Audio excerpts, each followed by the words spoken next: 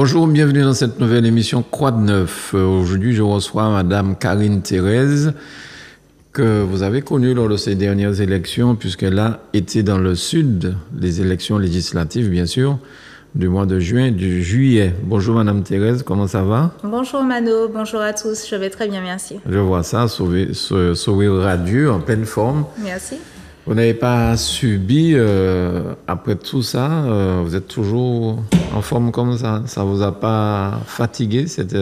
Et bien sûr qu'une campagne, c'est fatigant, d'autant plus que, comme je suis professionnelle de santé, j'honorais mes rendez-vous en plus de la campagne. Donc, ça a été une campagne particulièrement sportive et fatigante, mais j'ai pu quand même travailler et faire campagne en même temps. Bon, ça m'a un peu nué en campagne quand même parce que je n'ai pas pu aller jusqu'au bout de ma tournée de campagne comme je voulais. Cependant, j'ai pu prôner mes idées et je pense que les gens étaient touchés par ça aussi au vu des retours que j'ai eus. Alors, je rappelle que vous étiez candidate dans la circonscription du Sud, c'est-à-dire les communes qui commencent du COS. Tout à fait. Trois-Îlets, Saint-Esprit, Rivière-Salée, Trois-Îlets, Diamance, Darley, Sainte-Luce, Le Marin, Le Vauclin et Sainte-Anne. Ça fait beaucoup de communes. Tout à fait. Il faut travailler l'électorat dans toutes ces communes-là, faire des conférences, faire des rencontres avec des gens. Je peux comprendre que le peu de temps qu'on avait pour cette campagne puisse être compliqué pour mener une campagne. Parce que normalement, une campagne, ça dure à peu près 6 mois. Là, il a fallu faire tout ça en 15 jours. Tout à fait. Ça a été très, très rythmé. Et Emmanuel Macron savait pertinemment ce qu'il faisait. Il mettait tout le monde en difficulté et dans la précipitation quand il a pris cette décision. Mais c'était aussi pour créer la division et pour bousculer un petit peu les codes habituels de la société, pour que tout le monde soit un petit peu dans l'agitation. Et je pense que sur ce point de vue-là, il a réussi, mais ce qu'il n'avait pas anticipé, c'était l'avancée de la gauche. Localement, je dirais que tout le monde a été pris de court, que ça a été très difficile. Sauf les sortants. Sauf les sortants, puisque de toute façon, ils avaient les moyens de mettre en place une campagne, puisque leur salaire était garanti jusqu'au salaire du mois de juillet. Donc, ils avaient les moyens financiers de mettre leur campagne en place. Et puis, de toute façon, ils ont tous un staff de communication qui a pu travailler pour eux. Tandis que lorsqu'on est un petit candidat, il faut élaborer les choses soi-même. On n'a pas toujours ni une équipe, ni un photographe, ni un infographiste, etc. Personnellement, j'ai fait mes supports de communication moi-même, j'ai fait mon affiche moi-même. J'ai pas eu affaire à un photographe, donc j'ai dû gérer moi-même ma campagne et j'ai porté les valeurs que je défends depuis toujours parce que je ne suis pas rentrée dans la campagne électorale directement comme ça. Toute l'année, je travaille à faire des projets pour la Martinique et pour les territoires d'une manière générale par rapport à mes liens avec le groupe LIOT, Liberté, Indépendant, Outre-mer et Territoire. Et il se trouve que toute l'année, on travaille à des projets liés à l'outre-mer. Alors moi, vraiment, mon focus, ce sont des projets strictement ultramarins. Et l'élection était dans la continuité des valeurs que nous prônions déjà au comité utile. Est-ce que le résultat à la Martinique, de manière générale, vous a surpris, pas seulement dans votre circonscription, dans toutes les circonscriptions? Est-ce que ce renouvellement, par exemple, des 3 sortants, et puis l'arrivée de Mme Bellé, mais est-ce que vous avez été surpris du résultat? Alors, j'ai été surprise du résultat, surtout dans la circonscription de Fort-de-France avec Béatrice Bellé.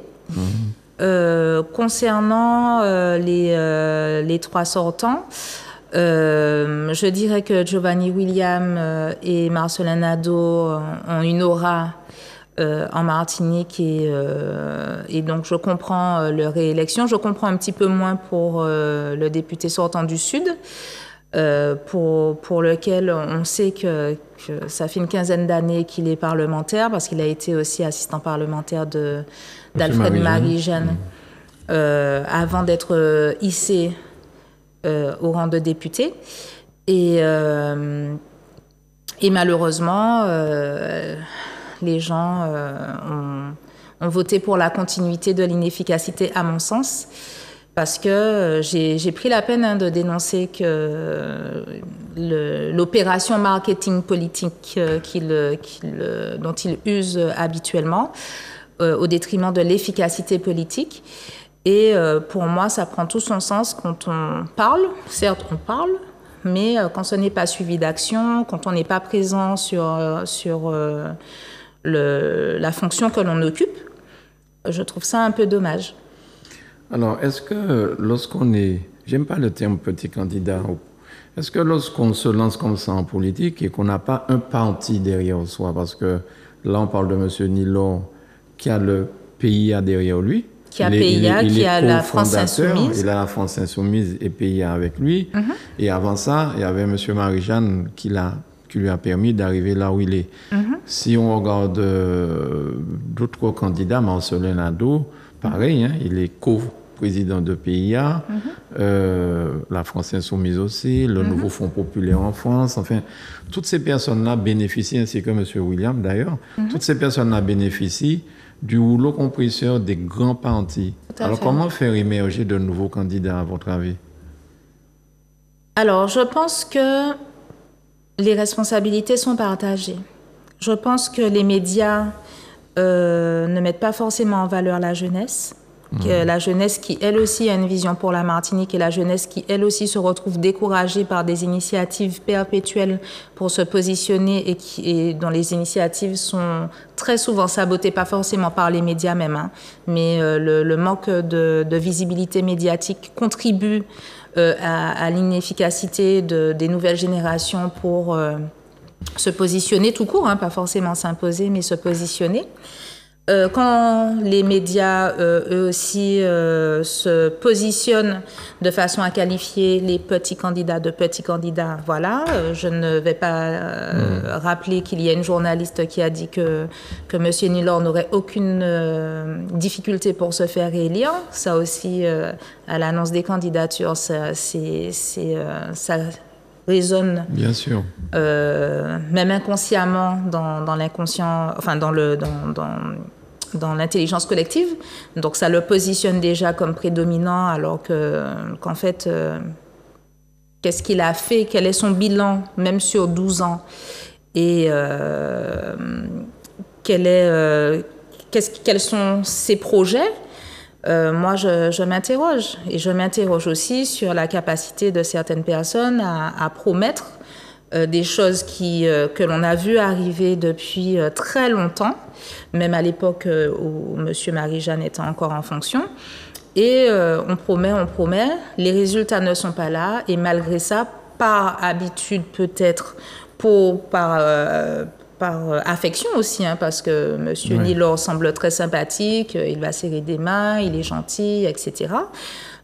Ça, de ce côté-là, il n'y a pas de problème. Cependant, pour occuper une fonction, pour siéger soit en commission de l'ACTM, soit à l'Assemblée de l'ACTM, soit à l'Assemblée nationale, c'est bien d'être sur le terrain, mais c'est aussi bien d'honorer ses fonctions en ayant un minimum d'efficacité.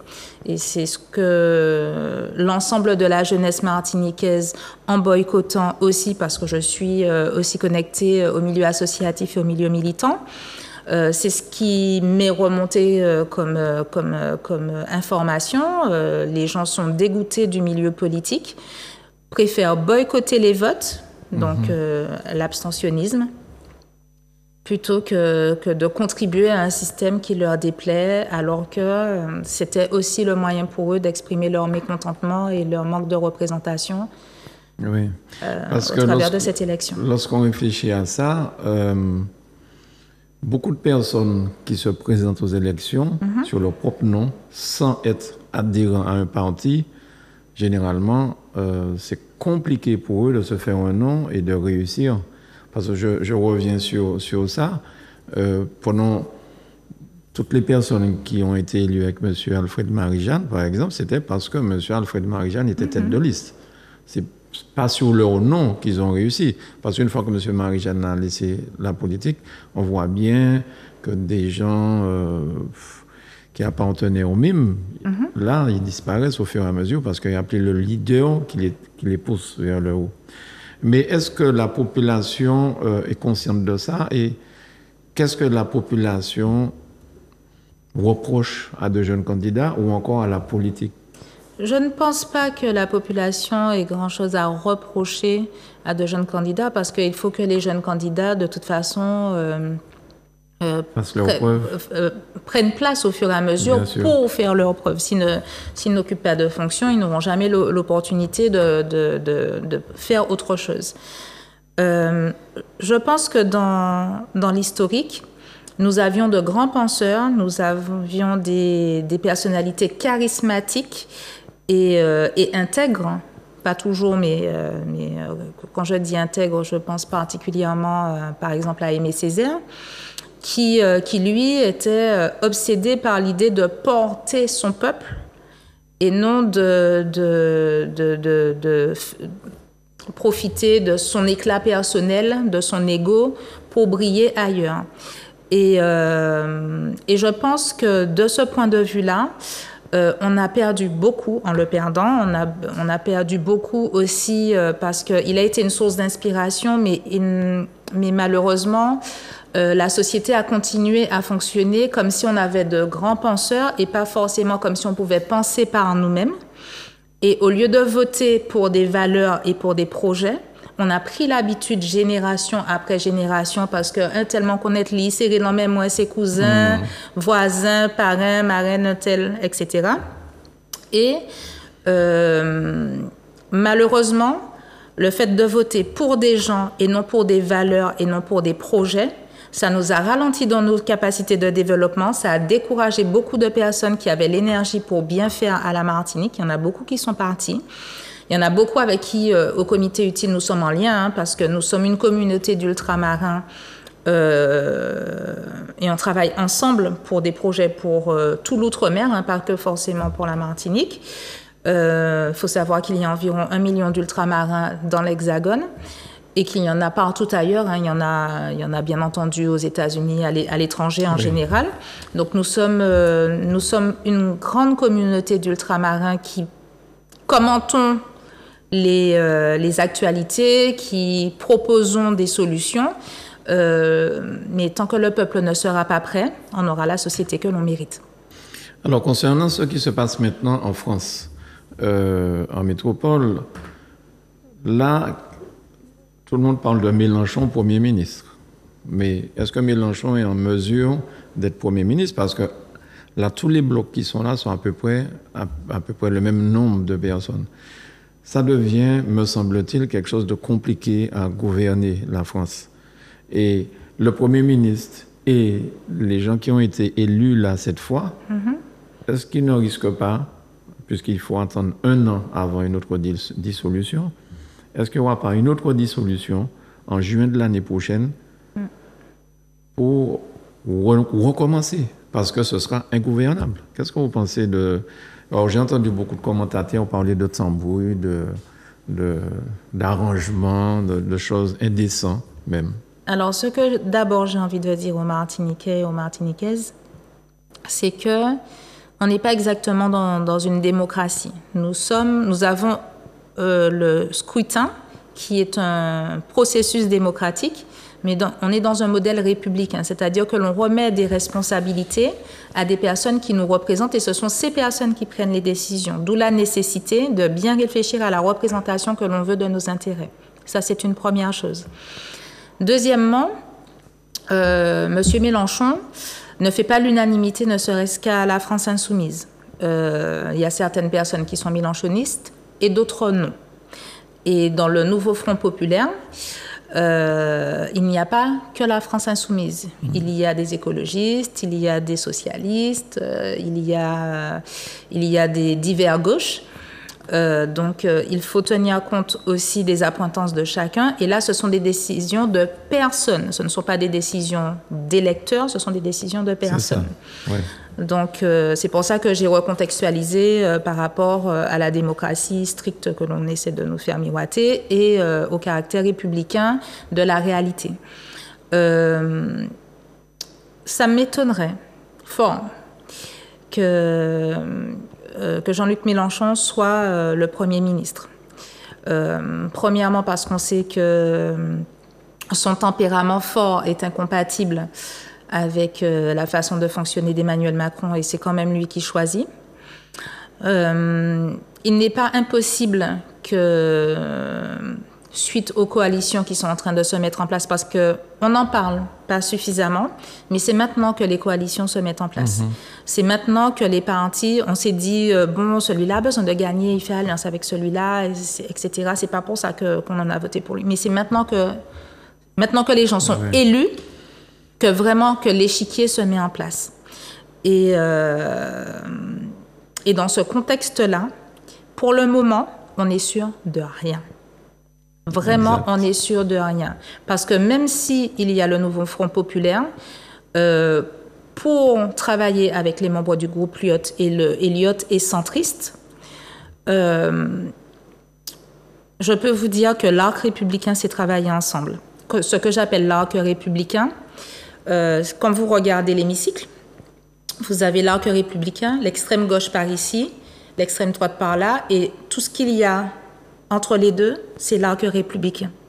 Donc, le centre, ce qu'on appelle le centre. On a la gauche, le centre, la droite. D'accord. Et en fait, en bonne intelligence, quand on a besoin de faire passer certaines mesures, mis à part les connivences liées à Emmanuel Macron, en général, quand il y a certaines mesures qui doivent passer, l'arc républicain s'est fonctionné ensemble.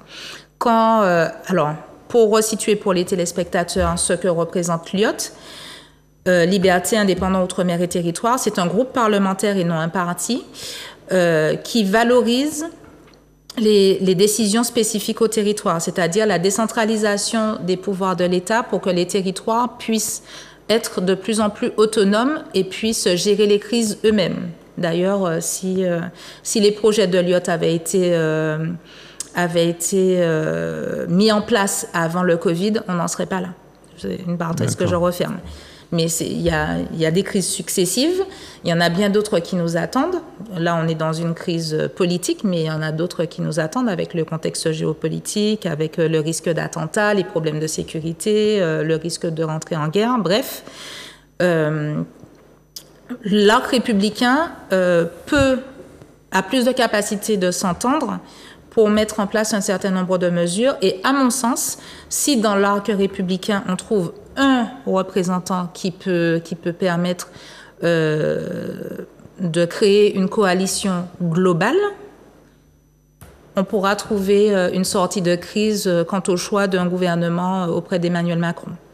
Est-ce que quand même, quelque part, il n'y a pas une démocratie? Parce que si on regarde bien ce qui s'est passé, je prends le RN, le Rassemblement national, ils ont été à l'élection européenne, ils sont sortis champions. Au premier tour de l'élection législative, ils étaient encore largement devant. Et donc, on a l'impression, l'électeur peut se dire aujourd'hui, mais ma voix ne compte pas. J'ai voté pour des gens, et une première fois, je vote pour eux encore une deuxième fois. Finalement, on dit on va arranger ça. Donc, on fait encore un autre tour, on fait des arrangements de sous de table la nuit, tout ça, et cet électeur se dit, au final, la personne pour qui, le groupe ou la personne pour qui il avait voté, se retrouve en dernière opposition. Est-ce que quelque part, il n'y a pas un problème dans cette façon de travailler? Et j'ai entendu ce matin des chroniqueurs qui disaient ça devrait être une élection à un seul tour, tout comme l'élection présidentielle. Comme ça, il n'y a pas de magouille. Celui qui arrive en premier, il a le plus de voix, il est vainqueur. Parce qu'après, tous ces arrangements-là ne reflètent pas ce que les gens ont voté. Et pourtant, ils sont nombreux. Alors, il y a plusieurs paramètres dans ce qui a été évoqué. La première chose, c'est que si on fonctionne comme ça, il faut remettre la validité du bulletin blanc. Parce que si il faut fonctionner avec un seul tour, il faut que le vote soit obligatoire. Comme ça reflète vraiment la volonté du peuple. Il faut que le vote blanc soit comptabilisé. Et si ça avait été le cas à l'élection présidentielle précédente, Emmanuel Macron aurait dû réorganiser une élection parce qu'il n'aurait pas été élu. Et je n'oublie pas non plus que la montée de l'extrême droite est liée au fait qu'il y ait une surexposition et une démocratisation des pensées et des valeurs de l'extrême droite. On a vraiment, et ça ce n'est pas moi qui le dis, hein, c'est le CSA, il y a une surexposition de l'extrême droite à la télé. Il y a une façon d'orienter, de mettre en scène les discours et les situations en faveur des propos et des idées de l'extrême droite. Donc je ne suis pas étonnée du fait que l'extrême droite ait pris plus de part dans l'électorat. Cependant, j'aurais vraiment aimé que le peuple se réveille quant à qui finance les personnes qui mettent l'extrême droite en avant. Et dites-vous bien qu'à partir du moment où on a tel intérêt à voter pour, telle orientation vers tel type de candidat, il faut demander à qui profite le système. Parce que la gauche est là pour l'aplanissement des privilèges et une répartition plus ou moins équitable du pouvoir et des finances. Et la gauche est là pour une concentration des pouvoirs et des finances. Il faut vraiment bien cerner ça. Et quand on se dit que l'on vote pour l'extrême droite, on vote pour une concentration encore plus importante qu'avec la droite des pouvoirs et des finances. Donc ça va créer un appauvrissement du peuple et une soumission du peuple encore plus importante. L'exemple que j'ai donné, c'était pas pour prendre la défense du rassemblement. Ah non, bien entendu. Ça aurait pu être pour n'importe quel. Oui, bien entendu. Parce que mais ça a été mis en place si on ne regarde que CNews et que BFM TV, on ne peut que se dire mais tous les problèmes de la France sont liés aux étrangers. Alors qu'en fait, qui est responsable de l'état de la France? Est-ce que ce sont les personnes qui décident ou est-ce que ce sont les personnes qui essaient de trouver une place? Oui, je comprends. On n'a jamais eu un État aussi consommateur de fonds publics et pourtant les problèmes ne sont pas réglés. Et ça m'étonnerait que ce soit les migrants qui aient le plus consommé des fonds publics. Et pour terminer, est-ce que vous pensez que Emmanuel Macron a la possibilité encore de faire grand-chose, de changer des choses, de gouverner? Ou il va jeter l'éponge? Non, il n'a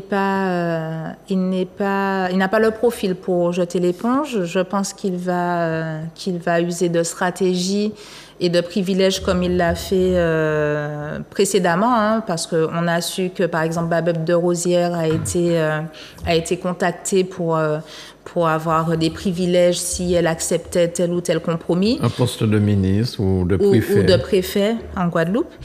Je pense que c'est sa façon de fonctionner et malheureusement, il y a certaines personnes qui ont un prix et c'est pour ça qu'il faut bien choisir ses représentants, je le redis à nos compatriotes.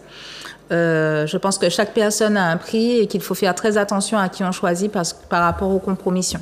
Alors, s'il y a une dissolution qui se profile pour l'année prochaine, en juin ou en juillet de l'année prochaine, est-ce que vous irez au combat?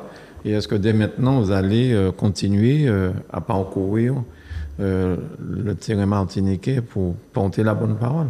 Je ne me suis jamais arrêtée de travailler pour le peuple, que ce soit sur le plan militant, que ce soit sur le plan associatif, sur le plan syndical également, sur le plan politique depuis quelques années quand même. Mais je ne me suis jamais arrêtée. Donc chaque jour que Dieu fait, je suis à l'œuvre pour la Martinique. Et je le resterai. Merci beaucoup, Madame Karine Thérèse. J'espère que vous allez nous tenir au courant de tout ça. Eh bien, on a prévu de faire un premier meeting avec le comité utile ce samedi 20 juillet. Et on va fêter les 1 an d'utile le samedi 24 août. Donc, tous les Martiniquais sont conviés à se joindre à nous. Et puis, pour ceux qui comptent contribuer à ma campagne, hein, parce que les petits candidats payent de leur poche leur campagne et ça représente des budgets énormes. Pour ceux qui veulent me contacter pour 5, 10 euros, ce qu'ils veulent, c'est défiscalisable en partie. Donc, vous pouvez me joindre sur Facebook, sur les réseaux et on s'organise pour le don. Alors, puisqu'on parle de groupe utile, oui. M. Servat a été réélu en Guadeloupe avec Olivier, un score extraordinaire. Il a fait 78%, 77,57%. Oui. Et vraiment, il a été adoubé parce que, justement, c'est un travailleur, il est sur le terrain, il a des associations aussi, il est en permanence, pour l'avoir vu faire personnellement, il est en permanence sur le terrain tout en étant à l'Assemblée nationale et en proposant des textes. Donc, vraiment, il est actif et il est disposé à travailler pour son peuple. Donc, très bien. On travaille en collaboration étroite avec lui. Très bien. Merci beaucoup, Madame Thérèse. Merci à Zouk TV. Merci à Manuela pour la réalisation. Merci à vous chez vous de nous avoir suivis. À très bientôt sur Zouk TV.